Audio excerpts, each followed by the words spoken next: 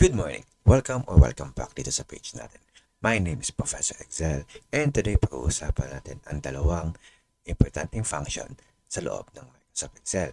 Ito ay ang minimum and maximum. Ang minimum at ang maximum ay ang mga functions na gagamitin natin kung kailangan natin maghanap kung ano yung pinakamaliit and pinakamalaking number sa loob ng range natin. For example, kailangan nating hanapin kung ano ang pinakamaliit na grade and pinakamalaking grade natin sa first quarter. So, kailangan nyo lang gawin is pumunta ng function, i-type ang min for minimum, and lalabas na siya. Press OK. And paghahanap siya ng mga numbers. And may nakalagay na range dito, P3 to P9, which is from here hanggang dito. Now, hindi natin kailangan si P8 tsaka si P9. So, tanggalin natin to. Ilagay natin yung range na kailangan natin. And press OK. And lalabas na yung 88.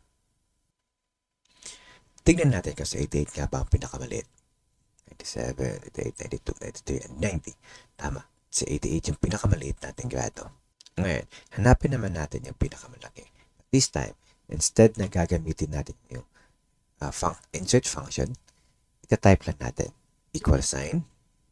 Gaya ng napag-aralan na natin, equal sign yung pinaka-umpisa ng lahat ng function. And ilagay natin yung name, max. Lalabas yung mga possible na function na gusto mo.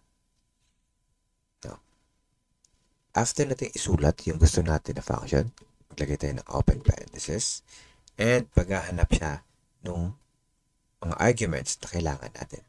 This time, same kanina, lagay natin yung gusto natin na range. P3 to P7. Tapos lagyan natin ng close parenthesis. Enter. Ayan, lumabas si 97. Which means, 97 yung pinakamalaki natin grado sa first quarter. Now, itong mga function na to ay dynamic. Pwedeng magbago yung value depende sa kung magbabago ba yung value sa loob ng range mo. For example, instead na ito ay 90, gawin natin 85. Dahil naging 85 na yung pinakamaliit, ay magbabago din yung minimum value natin from 88 to 85.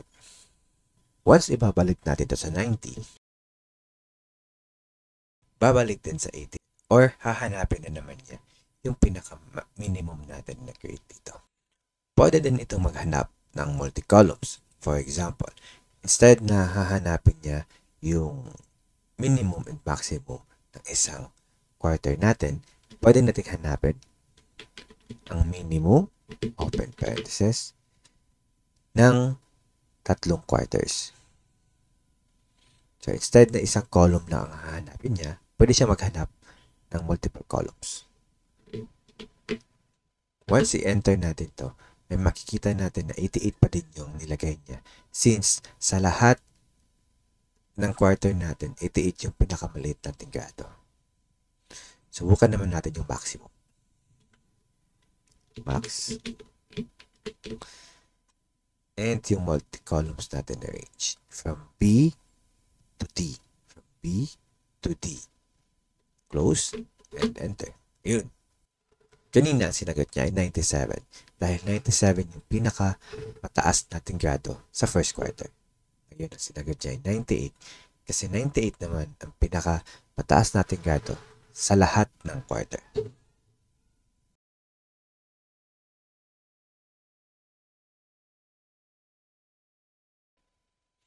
Additional info. Kung kailangan mo lang naman malaman kung ano yung minimum and maximum at hindi mo kailangan i-record, pwede mong i-highlight yung range na paghahanapan mo and tignan mo sa baba. Minimum is 88 and maximum is 98. So, yun yung lesson natin for today. I hope may naitulong ako and sana magamit nyo to sa mga reports niyo. Again, my name is Professor Excel. Good morning.